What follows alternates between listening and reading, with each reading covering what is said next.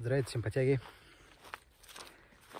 Днеска ще поговорим за какво да поговорим, за нищо няма да говорим. Просто ще се разхождаме тук на готино място и ако може да почувствате уникалната атмосфера, енергията, е добре дошло за вас. Ако не, здраве! Ще ви покажа една зидана стеничка. Някой се е оградял това място преди доста години. Тук преди се е обработвало най-вероятно. Горе скалите са уникални. Сега ще ви ги покажа. Те се разхождам днеска. Преди работа имам малко свободно време. И викам, чакай да включим тук едно клипче да направим за маняците. Да видят какво става, що става. Че не всичко е трафик, задръстване и сгради, работа и пари. Що се отнася до парите, не знам дали се интересувате, обаче криптото гърми. Биткоина направо експлодира, направи нов връх. И се чудя дали някой от вас е инвестирал в началото, преди 4-5 месеца да речем. Вече е надавал на парите. Интересно ми е. Гледайте какво става тук. Огромни скали. Огромни скали. Брутализъм. И преди сме извали тук. Как са слагани, кой ги е слагал. 100% не са случайни тези скали, така изрязани. Пещери, дупки, мартенички. Въобще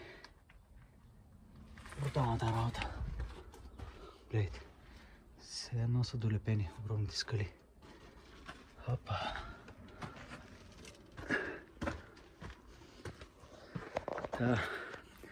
За биткоин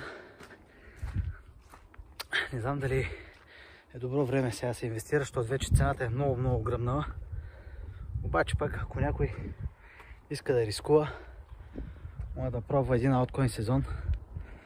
Повечето алткоинове към днешна дата са на едно 2 хикс от дъното, максималното дъно.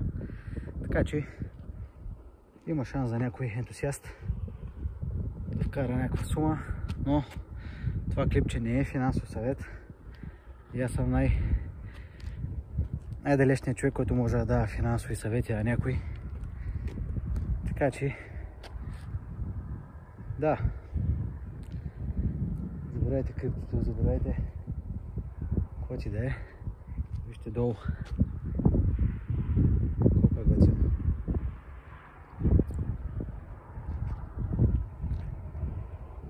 Там е рекичката и огромните скали. Сега ще видите как са наредени и никой не може да му убеди, че тези огромни камъни, които тежат няколко тона, не мога да си въртна камерата. Трябва да пусна нов клип. Добре, сега ще го стопирам и ще пусна нов клип. Да завъртя отпред да ви покажа какви брутални скали. Няколко тона е поне едини и те са наредени един до друг. Така че да образуват нещо. Имаме някаква идея на великите строители. Ще ви пусна предната камера да ги видим. Опа, е тук. Гледайте сега, скала номер 1.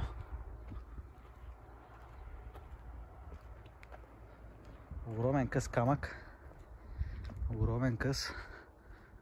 Долепен до още един огромен къс. И между тях има идеално изрязаната фуга. Така. Втори камък. И между тях има топ фуга. Наредена работа. Още един камък, който е доста огромен. Изсечен. Има ли фуга тук? Има идеално разстояние. И това е. Чакай малко по-далече да дойда. Това е още един огромен камък.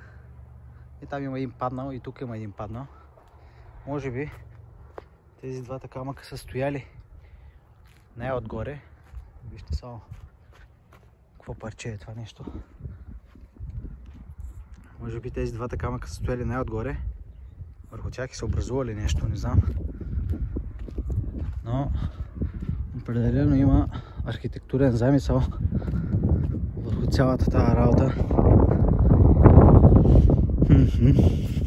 И другото, което е, сега да видим само да не сме много далеч, да.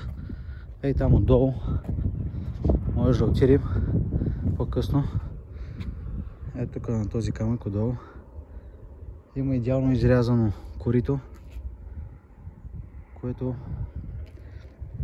местните хора твърдят, че водата, която се събира в него, е лечебна. И имало поверие, до преди години се е спазвало, когато има новородено бебе, майките да идват първото къпане на бебето, да го извършват тук в коритото. Тогава детенцето прави пряка връзка с космоса и висшата енергия. Тези работи не са алабала. Има много енергийни места в България. Така че сега в момента сме на едно такова енергийно място. Обаче дойде време да тръгвам за работа, така че до нови срещи и живи и здрави!